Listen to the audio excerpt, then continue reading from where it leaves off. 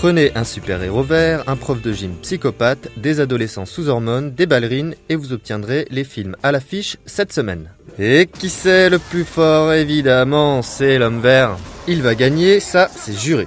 5 ans après ses premières aventures cinématographiques, l'incroyable Hulk revient. Repliez-vous.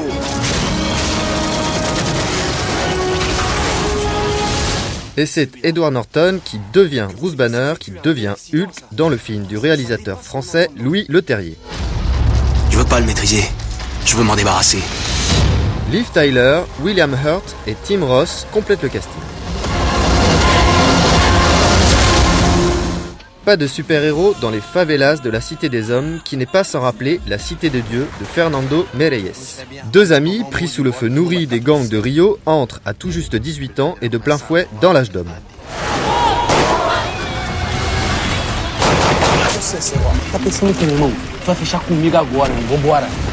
Quant à Billy Bob Thornton, c'est un homme, un vrai, et qui sait parler aux femmes. Succombé au charme de Monsieur Woodcock, prof de gym psychopathe.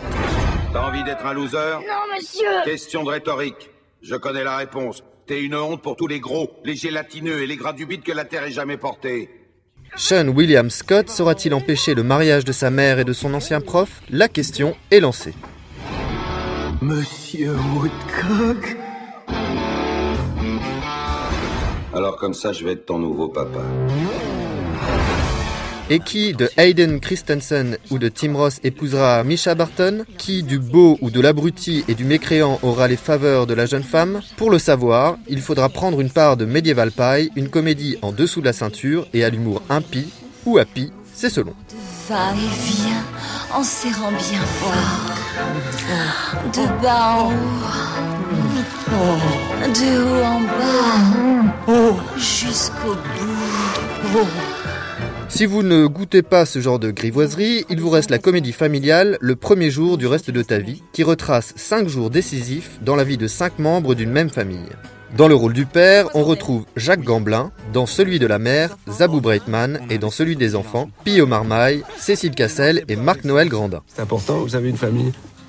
Vous regardez grandir tous les trois, c'est le plus beau spectacle auquel j'ai assisté dans toute ma vie. États-Unis. L'argent peut rendre fou parce qu'il peut rendre riche. Ce qui peut rendre fou ne rend pas forcément riche. Vous avez suivi? Katie Holmes, Diane Keaton et Queen Latifah? Oui.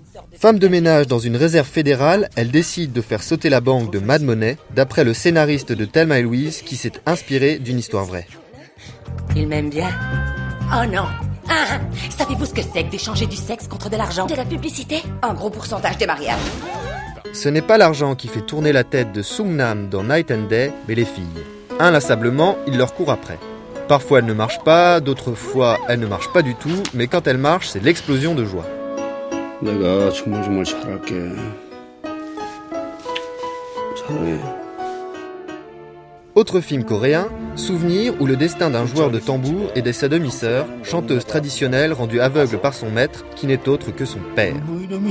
송아의 가슴에다 말 못할 한 덩어리를 심어주어서 득음을 시키려고 했다는 소문이 떠들지. On devine la bonne ambiance dans cette famille de musiciens. Les jeunes femmes du Mariinsky à Saint-Pétersbourg le savent, il faut souffrir pour être ballerine. Le documentaire de Bertrand Normand, Ballerina, leur rend un hommage. La preuve qu'entre le 5e et le 7e art, il n'y a qu'un pas de danse. Quant à nous, on rentre sur la pointe des pieds.